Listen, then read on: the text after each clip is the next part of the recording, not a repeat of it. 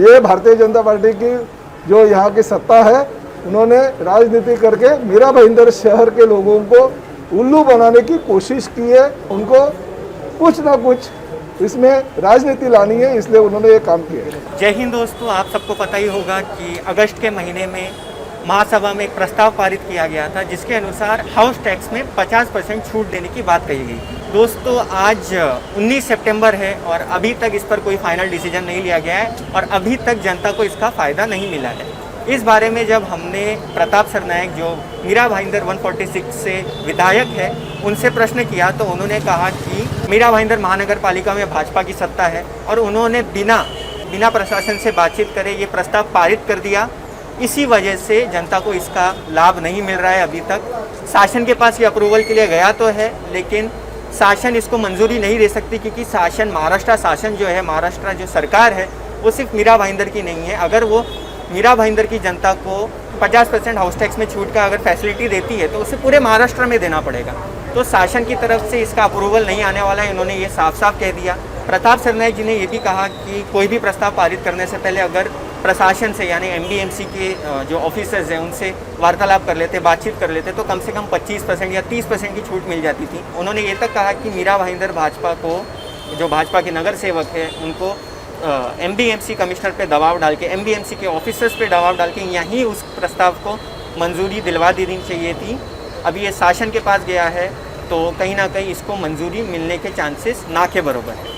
आइए देखते हैं इस मामले में प्रताप सरनायक जी ने और क्या क्या कहा। सर, मेरा एक क्वेश्चन है, 50% हाउस टैक्स की घोषणा की, मीरा भाईंदर के लोगों को समझ में नहीं आ रहा है कि वो हाउस टैक्स में छूट मिलेगा या नहीं मिलेगा। अगर नहीं मिलना था तो इस तरह के ख्वाब क्यों दिखाए गए? हाउस टैक्स 50% कम होना चाहिए, ऐसा ठहराव जनरल बॉडी में किया।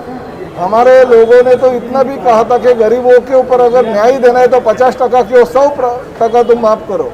मगर मीरा भाईंदर के जो सत्ताधारी भाजपा के लोग हैं, वो हर चीज़ में राजनीति लाते हैं। उन्होंने महानगर पालिका के जनरल बॉडी में 50% हाउस टैक्स माफ़ करने की घोषणा की, मगर वो जो घोषणा है वो करने से पहले प्रशासन के साथ उन्होंने बिल्कुल कुछ भी चर्चा नहीं की।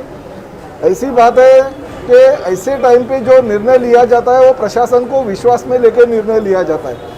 प्रशासन को विश्वास में लेकर अगर वो निर्णय ले लेते थे तो 50% नहीं, हम 25% देते, हम 30% देते, ऐसा प्रशासन कहता था। वो प्रशासन के मंजूरी से जनरल बॉडी में लिया जाता था, मगर प्रशासन ने कहा कि हमें कुछ भी विश्वास में लिया नहीं है। इन्होंने जो ठहराव पारित किया है वो हमारे ऊपर बंधनकारक नहीं है। प्रशासन के ऊपर बंधनकारक जो ठहराव नहीं रहता है, वो ठहराव महानगर पालिका के आयुक्त गवर्नमेंट के पास भेज देते हैं। अभी ऐसी बात है कि गवर्नमेंट के पास ये भेज देंगे तो गवर्नमेंट तो हाँ बोलेगा नहीं, क्योंकि मीरा भाईंदर शहर के जनता को अगर 50% या 100% अगर वो टैक्स में सहूलत दे दी तो महाराष्ट्र के सभी लोगों को सहूलत वो देनी पड़ेगी। 12 करोड़ जनता को वो सहूलत देनी पड़ेगी और एक कॉरपोरेशन के लिए गवर्नमेंट ऐसा डिसीजन लेंगी नहीं। जो डिसीजन लेगी वो पूरे महाराष्ट्र के लिए लेगी। सर, तो इसका मतलब महाराष्ट्र शासन की ओर से तो वैसा कुछ भी नहीं होगा। महानगर पालिका में भारतीय जनता पार्टी की सत्ता है, उन्होंने यहीं पे वो प्रशासन के ऊपर दबाव लाके मंजूर करना चाहिए था। अभी शासन के पास गया तो शासन तो ना ही बोलने वाला है, हमें पता है। इसलिए हमारे कुछ नेता लोग मीरा भाईंदर शहर के कल पालक मंत्री एकनाथ शिंदे साहब के पास गए थे, उनको लेटर दे दिया कि 50% की सहूलत है वो माफ़ की जाए। मैं कल शिंदे साहब से मंत्रालय में मिला उस बारे में, उन्होंने कहा कोई भी मेरे पास जो लेटर लेके आते तो उनका लेटर तो मुझे लेना ही पड़ता है।